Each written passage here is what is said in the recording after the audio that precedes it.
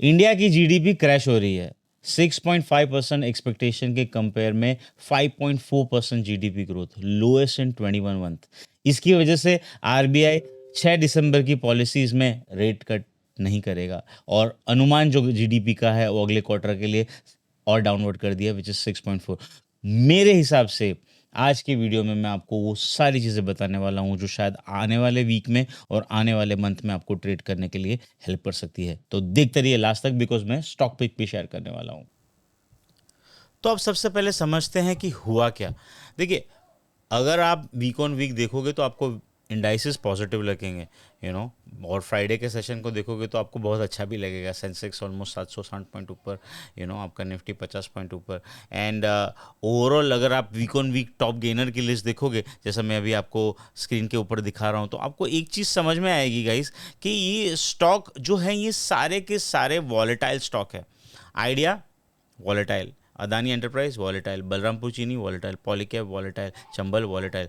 Adani Enterprise 17% ऊपर था week on week. अब टॉप लूजर्स की लिस्ट देखते हैं। टॉप लूजर में क्या था? Bajaj Auto, MFSL, HDFC Life, SBI Life, National Aluminium, ये कुछ वीक ऑन वीक लूजर थे। अब मैं थोड़ा सा कॉन्टेक्स्ट सेट करने के लिए आपको मंथली लूजर दिखाता हूँ। तो मंथली लूजर आईजीएल 22% डाउन, लेकिन वीक ऑन वीक वो 3.5% ऊपर है।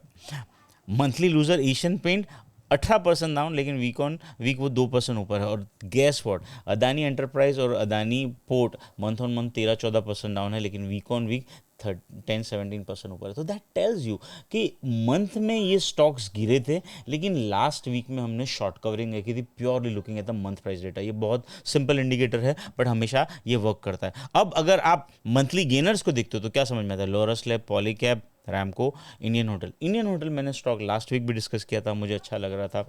मैंने आपको लास्ट वीक ये क्लियरली कहा था कि अच्छा होगा, जाएगा ऊपर। Coromandel is one more stock जो मैंने बात की थी। आज हम लास्ट में स्टॉक पिक्स के ऊपर बात करेंगे। अब बात करते हैं आज के सबसे इम्पॉर्टेंट चीज़ जो है जीडीपी। देखिए, ये बोलना मेरे हिसाब से बहुत ज़्यादा गलत नहीं होगा अगर हम बोले कि इंडिया स्लो डाउन में जा रहा है। क्या इसको आप लोग साइक्लिकल स्लो डाउन बोल सकते हैं, इसको लोग बोल सकते हैं कि इस तरह के पीरियड आते हैं। लेकिन 21 मंथ के लोएस्ट जीडीपी फिगर है। 6.5% एक्सपेक्टेशन के कंपेयर में 5.4% आया है। और ये क्यों आया है? ये आया है बिकॉज आपका मैन्युफैक्चरिंग सेक्टर स्लो डाउन हो रहा है, आपका सर्विस सेक्टर स्लो डाउन हो रहा है, और आपका ओवरऑल जो कंजम्पशन है वो स्लो डाउन हो रहा है। आपका रूरल हो या अर्बन हो, दोनों कंजम्पशन में स्लो डाउन है। What does this mean boss? इसके चलते जहाँ पे ग्रोथ रेट आपके कम है boss, this is a one indicator which is telling you कि इंडिया में शायद मैक्रो फ्रंट पे स्लो डाउन है। मतलब आपके जीडीपी में, आपके अर्निंग में, आपके मैन्युफैक्चरिंग के नंबर में, आपके प्राइवेट कंजम्पशन में, आपके रूरल अर्बन कंजम्पशन में। जो अगले वीक इंपॉर्टेंट डेटा आने वाला है जो है पीएमआई का, वो मेरे हिसाब से और चीज़ आपको सेट करेगा और बताएगा कि बॉस क्या एक्सपेक्ट कर सकते हैं। बट आप ये समझिए कि ये डेटा बहुत कंफर्टेबल नहीं है। अच्छा, दूसरा एक चीज़, इन्फ्लेशन जो है 6.21, वो स्पाइक हुआ। और अगर आप उसका देखेंगे तो फूड इन्फ्लेशन, पर्टिकुलरली खाने की चीज़ों की जो इन्फ्लेशन है वो डबल डिजिट में चलेगी। बस this is a very very मेरे हिसाब से कंसर्निंग थिंग। इसकी वजह से जो अगले वीक में आरबीआई की पॉलिसी मीट है 6 दिसंबर को, क्या उसमें हम रेट कट का डिले एक्सपेक्ट कर सकते हैं? और अगर ये दिख ही रहा है, FII has sold about 46,000 crore in the month of November. DI has bought about a 44,400 crore in the month of November. So guys, let me know in the comment, what do you think? GDP slowdown is a more structural in nature या ये revival के आसपास ही है? अब हम कुछ बहुत important चीज़ों के बारे में बात करते हैं कि आने वाले हफ्ते में मेजर इकोनॉमिक चीज़ें क्या रहेगी। उसके बाद हम चार्ट पे जाएंगे और फिर देखने की कोशिश करेंगे। देखिए, INR जो इंडियन रुपीज़ अगेन डॉलर है वो अगेन वीक हुआ है 84.48। तो this weakening rupee against the dollar. That means FII जो है वो रुपी बेच के डॉलर खरीद रही है, इसकी वजह से वो वीक हो रहा है। और RBI का इंटरवेंशन इसकी वजह से यहाँ पे टिका, अदरवाइज इसका रेट तो 90 होना चाहिए था। GDP डेटा पुअर आया है और मुझे लगता है इसकी वजह से आपका जो मंडे का ओपनिंग है वो बहुत ज़्यादा वीक होना सकता है। अब नेक्स्ट वीक में बहुत इंपॉर्टेंट डेटा है। एक आपका आरबीआई पॉलिसी मीट, दूसरा आपका पीएमआई का डेटा है जो मैन्युफैक्चरिंग और सर्विस दोनों का आना है, तो मुझे लगता है यहाँ पे भी एक मूवमेंट एक्सपेक्ट कर सकते हैं। अब अगर सेंटिमेंट की बात करें तो मुझे लगता है एफआईआई डीआईआई के बीच की जो टसल है वो समवेयर हमें एक्सेप्ट करनी चाहिए।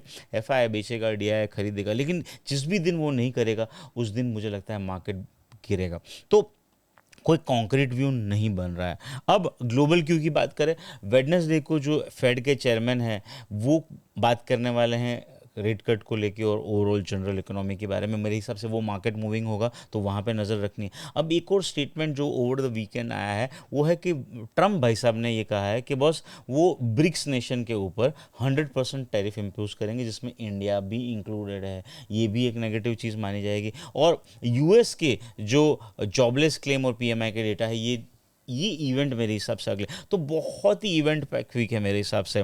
तो आप अगर ऐसा सोचते हो कि वन साइड मार्केट होगा, मुझे समहाउ ऐसा नहीं लग रहा है इन फैक्टर्स को देख के। इसके बाद अगर कुछ और चीज़ों को देखें तो मुझे बाय एंड लार्ज लगता है कि आपको सेक्टरल चर्निंग के लिए रेडी रहना चाहिए।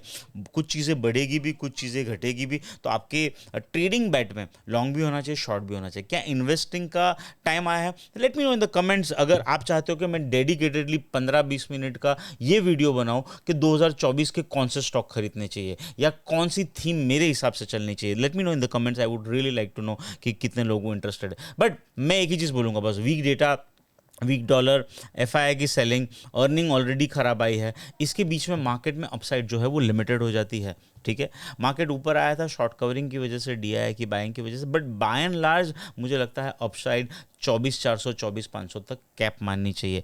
आने वाले वीक में जो फेड की पॉलिसी प्लस आरबीआई की पॉलिसी प्लस पीएमआई के डेटा प्लस यूएस के डेटा, ये डिक्टेट करेंगे मार्केट क्या होगा। तो एक वॉलेटाइल वीक के लिए आप रेडी हो जाइए गाइस।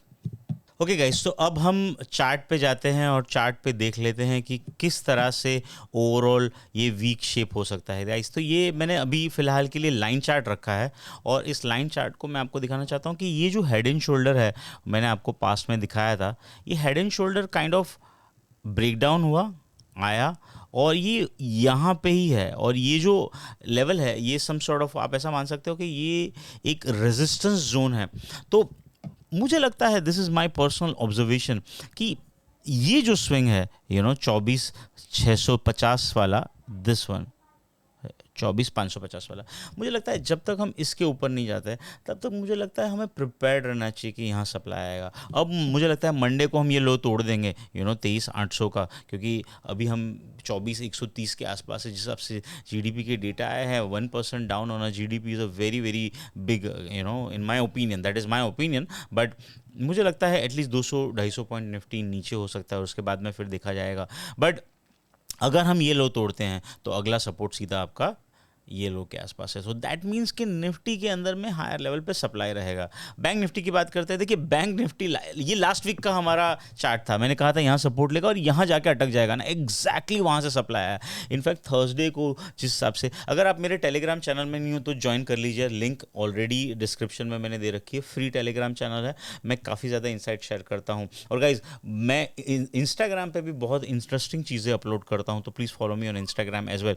तो मैंने ये क्लियरली कहा था थर्सडे को कि बॉस इस ब्रेकआउट के ऊपर हम ट्रस्ट नहीं कर सकते, मुझे लगता है यहाँ पे सप्लाई आएगा। और वो सप्लाई का बहुत सिंपल रीज़न था, क्या था, ये जोन में आपका गैप था, यहाँ पे आपके 3 ऑलरेडी टॉप बने हुए थे और यहीं पे जाके आप बहुत सिलेक्टेड स्टॉक की वजह से ऊपर जा रहे थे। What does this mean guys? This means कि सप्लाई आनी थी। और even though I wanted to participate, लेकिन मैंने बहुत जल्दी इसको गिव अप कर दिया बिकॉज जिस स्पीड से सेलिंग आई वो डेंजरस है। तो देखिए बैंक निफ्टी मुझे लगता नहीं है कि 50-800 के ऊपर जाएगा। 50-800 के ऊपर गया तो फिर शायद हम व्यू चेंज कर देंगे, नया हाई भी बन जाएगा उस केस में। लेकिन मुझे लगता है कल मतलब मंडे ट्यूसडे में मार्केट वापस 51-200 के आसपास आता है। 700-800 पॉइंट बैंक निफ्टी गिरना चाहिए। पूरे वीक की रेंज बताऊं, 53,000 ऊपर में और नीचे में मुझे लगता है हम शायद 51,200 तक भी आ सकते हैं। तो बेसिकली 2,000 पॉइंट की रेंज रहनी चाहिए। मिड कैप मेरे हिसाब से रिलेटिवली बेटर कर रहा है। जो आपकी जोन है ये अपर जोन है, मैंने लास्ट वीक भी जो ये लेवल बताया था कि 12,750 के ऊपर मिड कैप गया तो ही तेजी करूंगा, अदरवाइज मुझे लगता है ऊपर के लेवल पे बिकवाली आएगी। फिर निफ्टी रेंज में है, मुझे लगता है यहाँ तक आना चाहिए 23,600 तक। तो ये वीक में 300-400 पॉइंट और पुल बैक आना चाहिए। 24,400 के ऊपर मुझे लगता है फिन निफ्टी अच्छा हो जाएगा, और उसके बाद हम बोलेंगे कि बहुत शायद फिन निफ्टी में एक बार के लिए बॉटम बन गया, लेकिन अभी मुझे वैसा नहीं लगता है। ठीक है, ब्रॉड मार्केट देख लेते हैं। 500 रिलेटिवली बेटर है, लेकिन एक चीज़ जो मुझे 500 में अच्छी लगी है, जो शायद निफ्टी में नहीं हुई है, तो मतलब ब्रॉडर मार्केट अच्छा है। ये डिक्लाइनिंग ट्रेंड लाइन थी, वो ब्रेक हो चुकी है।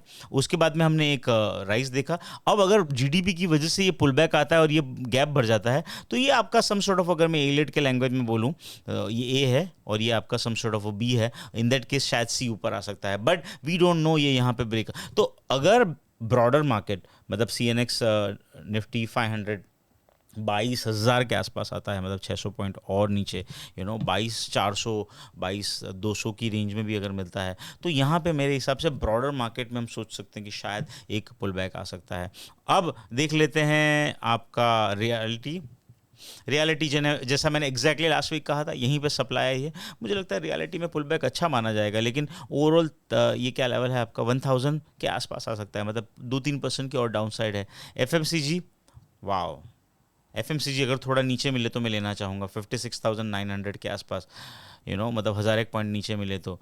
आईटी आईटी बहुत अच्छा ब्रेकआउट था, but I think some sort of a breakdown आ गया। Now what does this mean guys, कि आईटी एज अ सेक्टर सबसे स्ट्रॉन्गेस्ट सेक्टर है, ब्रेकआउट आ गया है, और उसी की वजह से आप ऐसा समझ सकते हो कि थर्सडे की सेलिंग सबसे ज़्यादा है। तो क्या आईटी ही द रीज़न होगा जो ये ब्रेकआउट फेल हो जाएगा? तो मुझे नहीं पता इस वक्त, लेकिन मैं ऑब्जर्व करूंगा आईटी के ऊपर। फिलहाल के लिए मैं थोड़ा सा कॉशियस स्टैंस मेंटेन करूंगा। प्राइवेट सेक्टर बैंक नथिंग, मैं लेवल बता देता हूँ, 26,700 के ऊपर ही खरीदूंगा। 25,000 आएगा तो शायद रिव्यू करूंगा लॉन्ग के लिए। Consumer durable, inverted head and shoulder का राइट शोल्डर कुछ उतना नहीं है। ऑटो वीक लगता है, ऑटो 23,370 के आसपास है मुझे लगता है। ओवरऑल अगर ब्रेकडाउन आता है तो 22,500 तक भी आएगा। Pharma, wow, pharma is good, right, pharma is very good. जो जिस हिसाब से मैंने लास्ट वीक भी कहा था मुझे फार्मा अच्छा लगता है, 22,400 के ऊपर मुझे लगता है फार्मा में और रिवाइवल आएगा, तो हम फार्मा स्टॉक रिव्यू करेंगे थोड़ी देर में। Health care, oil and gas, I think मैंने लास्ट वीक कहा था मुझे ऑयल एंड गैस अच्छा लगा, रिलायंस ने बाउंस बैक दिया, ओएनजीसी ने बाउंस दिया। ओएनजीसी पे मेरा अभी भी बुलिश व्यू है, तो कंटिन्यू करिए। Wow, this is good, infrastructure is going good, even though the numbers उतने ग्रेट नहीं आए हैं, बट मेरे हिसाब से I will keep an I on infra also. तो अगर पुल बैक आता है गाइज, तो मैं क्या लेना चाहूँगा? इंफ्रा मुझे अच्छा लगता है, मुझे लगता है रियलिटी में पुल बैक आए तो खरीदना चाहिए, दो सेक्टर। और बेचना क्या है, ऑटो बेचना है, हेल्थ केयर अच्छा है, और आपका ऑयल एंड गैस अच्छा है।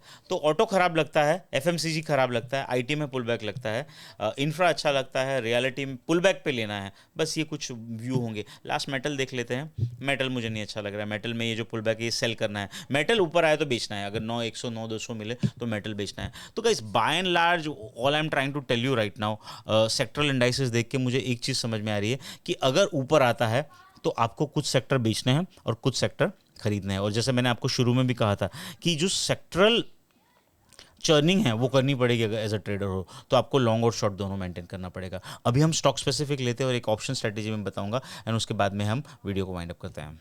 ओके गाइस, सो ये मेरी स्क्रीन के ऊपर मैंने कुछ बहुत सारे इंडिकेटर लगाए हैं। तो आप ये समझिए, मुझे स्टॉक्स में फार्मा में कुछ चीज़ें अच्छी लगती है। मुझे सिंजिन बहुत अच्छा लगता है, 941 के आसपास है, मुझे लगता है कंपेयर टू मार्केट ये अच्छा करना चाहिए। तो आने वाले हफ्ते में मुझे लगता है ये एटलीस्ट 980 1000 तक जाएगा। तो अगर पुल बैक आता है मार्केट में और आपको 910-15 की एंट्री मिलती है, 920 भी चलेगा, तो 900 के स्टॉप लॉस से सिंजिन को लॉन्ग करना चाहेंगे। एक सेक्टर जो मुझे अच्छा लग रहा है वो है फार्मा, जिसमें सिप्ला अच्छा लग रहा है, और मैं देखूंगा during the week Telegram level पे मैं शायद लेवल्स मेंशन करने की कोशिश करूंगा। जो मुझे एक स्टॉक और अच्छा लग रहा है वो है डीवीज लैब। तो फार्मा के मैंने 3 स्टॉक किए, सिंजिन, सिप्ला और डीवीज, क्योंकि फार्मा पे मेरा व्यू बुलिश है।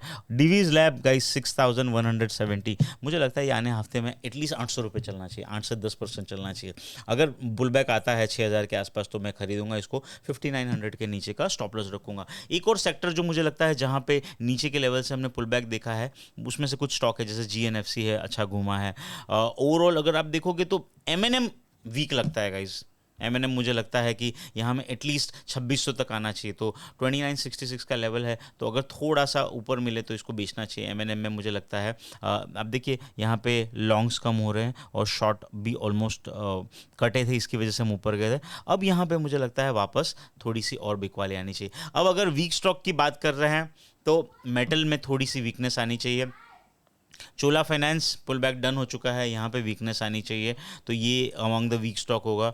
जो मुझे ओवरऑल अगर पूछो तो मुझे लगता है एनबीएफसी एज अ स्पेस में शायद एक हम स्ट्रेंथ देखने की कोशिश कर रहे हैं, लेकिन हायर लेवल से हम कहीं ना कहीं वापस सेलिंग आती है। एमएफएसएल जो है वो one of the weakest stock था ये वीक का, मुझे लगता है वहाँ पे भी अगर पुल बैक आता है तो वहाँ पे भी विकवाली करनी चाहिए। And last not the least मुझे लगता है बजाज ऑटो, ये जो स्टॉक है ये one of my top short stock है, तो वीक स्टॉक है, ब्रेकडाउन है। मुझे लगता है इसमें 9000 के नीचे जैसे ही ट्रेड होता है 8500 इवन 8000 तक के भी मैं लेवल एक्सपेक्ट करता हूँ। मुझे ऐसा लगता है कि ओवरऑल बीटन डाउन स्टॉक्स में पुल बैक आता है, जैसे इंडसइंड बैंक है, लेकिन उसको ऊपर आए तो बेचना ही है। तो लॉन्ग सिंजिन, सिप्ला, डीवीज है ना, ये कुछ स्टॉक है जो लॉन्ग लग रहे हैं। Short MFSL, MNM, Bajaj auto, ये कुछ शॉर्ट है। तो I have tried covering broad spectrum of long short index, sectoral view, GDP view. तो मुझे लगता है देखिए जीडीपी का जो नंबर है वो बहुत डिसमिसल है, इसकी वजह से मार्केट नीचे जाना चाहिए। शायद हम साइक्लिकल स्लो डाउन देख रहे हैं। One more thing you have to understand is that जिस हिसाब से मार्केट के अंदर में एफआईआई की सेलिंग है, मुझे लगता है आरबीआई का रेट कट भी डिले होना चाहिए। तो बाय एंड लार्ज मुझे लगता है 23,800 24,500 की रेंज में हम ट्रेड करेंगे। मोर लाइकली चांसेस शायद ये रेंज नीचे तोड़ दे। Let me know in the comments आपको वीडियो कैसे लगा। लेट मी नो अगर आप कुछ स्पेसिफिक कंटेंट सीखना चाहोगे तो। Thank you so much and please like, share and subscribe. Share this video, I will get very much motivated. I am not a very big channel, I am trying my hard, but I hope आपकी help की वजह से मैं आगे channel को grow कर पाऊँ। Thank you so much, have a great day, bye bye.